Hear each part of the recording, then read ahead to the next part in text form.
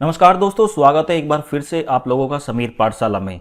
दोस्तों, आज की हमारी इस वीडियो में हम डिस्कस करने वाले हैं विलियम वर्ड्सवर्थ की एक पोएम को, जिसका नाम है दोस्तों डैफोडिल्स। इस वीडियो में मैं आपको डैफोडिल्स की दोस्तों लाइन बाय लाइन एक्सप्लेनेशन बताने वाला हूं। दोस्तों, वीडियो के अंत तक बने रहें।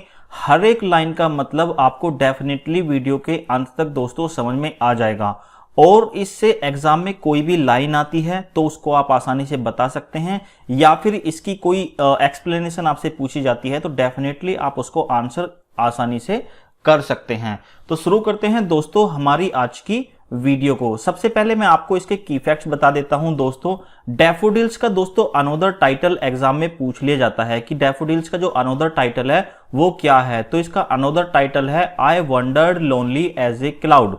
वैसे तो दोस्तों ये I wandered lonely as a cloud इसकी ओपनिंग लाइन भी है पोयम की। यदि आपसे इसका अनोदर टाइटल पूछा जाए तो आपको ये आंसर देना है I wandered lonely as a cloud. या फिर क्वेश्चन दूसरी तरह से भी एग्जाम में घूम के पूछा जा सकता है, कैसे कि डैफोडिल्स की ओपनिंग लाइन क्या है, तब भी आपको दोस्तों यही आंसर देना है I wandered lonely as a cloud. ये इसकी ओपनिंग लाइन भी है और इसका अनोदर टाइटल भी है। The poem was inspired by an event on 15 अप्रैल 1802। दोस्तों 1802 में 15 अप्रैल 1802 में विलियम वर्ड्सवर्थ दोस्तों अपनी बहन डोरथी के साथ लेक डिस्ट्रिक्ट में घूम रहे थे। घूमते घूमते अचानक दोस्तों उन्हें एक लॉन्ग बेल्ट ऑफ डैफोडिल्स दिखी, मतलब एक लंबी कतार। जहां तक उनकी आंखें देख पा रही थी वहां तक उन्हें डैफोडिल्स के फूल दिखे। दोस्तों डैफोडिल्स जो है ये फूल का नाम है, ये मैं आपको आपकी स्क्रीन पे दिखा देता हूं। इस तरह के फूल्स को दोस्तों डैफोडिल्स कहा जाता है। दोस्तों ये पोएम पब्लिश हुई थी कब? 1807 में पब्लिश हुई थी विलियम वर्ड्सवर्थ के पोएट्री कलेक्शन में। कौन सा? पोएम्स इन 2 वॉल्यूम्स, ये इनके कलेक्शन का नाम है जिसमें पब्लिश हुई थी। इसके बाद ये एक बार रिवाइज हुई 1815 में। ठीक है, तो आपसे एग्जाम में हमेशा ये डेट पूछी जाती है, ये ईयर पूछी जाती है कि इसको पब्लिश कब करा गया था, तो आपको 1807 इसका आंसर देना है। तो दोस्तों ये थे इसके की फैक्ट्स। अब मैं आपको इस पोएम की लाइन बाय लाइन एक्सप्लेनेशन बताऊंगा। दोस्तों सबसे खास चीज जो मैंने इस वीडियो में रखी है वो आप लोगों के लिए ये रखी है कि यहां पर आपको डिफिकल्ट वर्ड भी मिल जाएंगे। जो स्टैंजा आपकी स्क्रीन पर होगा उसके डिफिकल्ट वर्ड यहां पर दिए हुए हैं। जैसे पहली लाइन है I wandered lonely as a cloud. यहां पर देखिए 2 वर्ड्स हैं, वंडर्ड निरुद्देश्य घूमना, लोनली अकेला। ठीक है, एज ए क्लाउड। तो पहले मैं आपको इन पहली 2 लाइनों का मतलब समझा देता हूं। I wandered lonely as a cloud that floats on high over vales and hills. दोस्तों यहां पर विलियम वर्ड्सवर्थ अपनी तुलना बादलों से करते हैं, जो बादल अपने आप दोस्तों हवाओं में तैरते रहते। फ्लोट्स मतलब हवाओं में तैरते रहते हैं। कहां पर दोस्तों? वेल्स, घाटियों के ऊपर, और हिल्स के ऊपर। जो बादल निरुद्देश्य बिल्कुल एमलेसली घूमते रहते हैं। तो विलियम वर्ड्सवर्थ अपनी तुलना बादलों से करते हुए कहते हैं कि एक बार मैं भी अकेला बादलों की तरह ही दोस्तों लेक डिस्ट्रिक्ट में घूम रहा था। When all at once I saw a crowd, a host of golden daffodils। अचानक से मेरी निगाह, ए होस्ट मतलब दोस्तों नंबर ऑफ या फिर काउंटलेस, इसका मतलब है नंबर ऑफ या फिर काउंटलेस, एक ऑफ गोल्डन डैफोडिल्स, मेरी निगाह सुनहरे गोल्डन डैफोडिल्स पर पड़ी। अचानक से जैसे ही मैं लेक डिस्ट्रिक्ट में घूम रहा था तो मेरी निगाह गोल्डन डैफोडिल्स पे पड़ी, और वो नंबर्स में कितने थे? बहुत ज्यादा थे। कहां पर थे वो? बिसाइड द लेक, वो तालाब के पास थे। बीनीथ द ट्रीज, वो पेड़ों के नीचे थे। Fluttering and dancing in the breeze, वो हवाओं में दोस्तों इस तरह से डांस कर रहे थे जैसे कि कोई जीवित आदमी अपनी गर्दन को हिला हिलाकर डांस करता है, वैसे ही ये डैफोडिल्स जो है डांस कर रहे थे। आई होप ये स्टैंजा आपको अच्छे समझ में आया है। दोस्तों बढ़ते हैं दूसरे स्टैंजा की तरफ।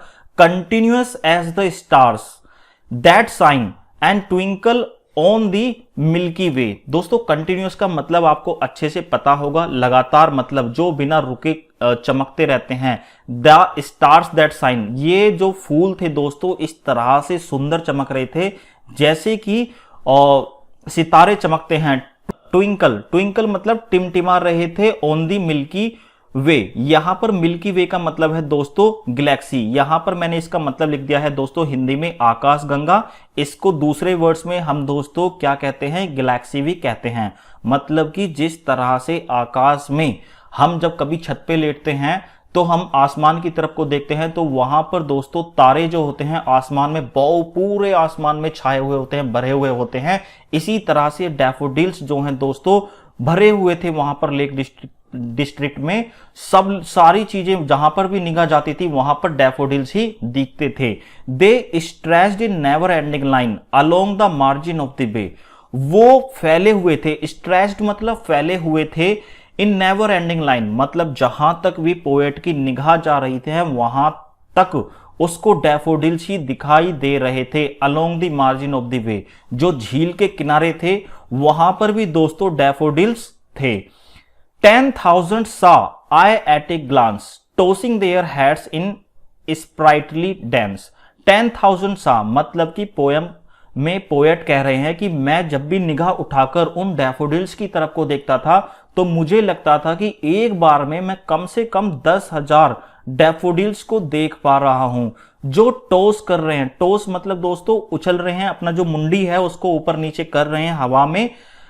देयर हेड्स अपना जो सर है उसको हिला रहे हैं। इन स्प्राइटली डांस मतलब स्प्राइटली क्या होता है दोस्तों, जैसे कि कोई जीवित इंसान अपने सर को हिलाकर डांस करता है वैसे ही वो डांस कौन कर रहे थे, डैफोडिल्स भी डांस कर रहे थे। ये दूसरा स्टैंजा दोस्तों यहां पर खत्म हुआ। अब तीसरे स्टैंजा की तरफ चलते हैं। The waves beside them dance, उनके पास में जो डैफोडिल्स थे वो तो डांस कर रही थे, उनके पास में जो झील थी, झील में जो लहरें चल रही थी वो भी डांस कर रही थी, वो भी डांस कर रही थी, नाच रही थी। बट दे, यहां पर बट दे जो है दोस्तों ये डैफोडिल्स के लिए कहा गया है आउटडिड। आउटडिड का मतलब ये देखिए पीछे छोड़ दिया है, मतलब कि जो झील की लहरें हैं वो भी डांस कर रही थी लेकिन जो डैफोडिल्स थे उन्होंने क्या कर दिया था, पीछे छोड़ दिया था। द स्पार्कलिंग विंग्स इन गली, खुशी के मामले में, नाच के मामले में, डांस के मामले में वेव्स की लहरों को भी इन डैफोडिल्स ने पीछे कर दिया था।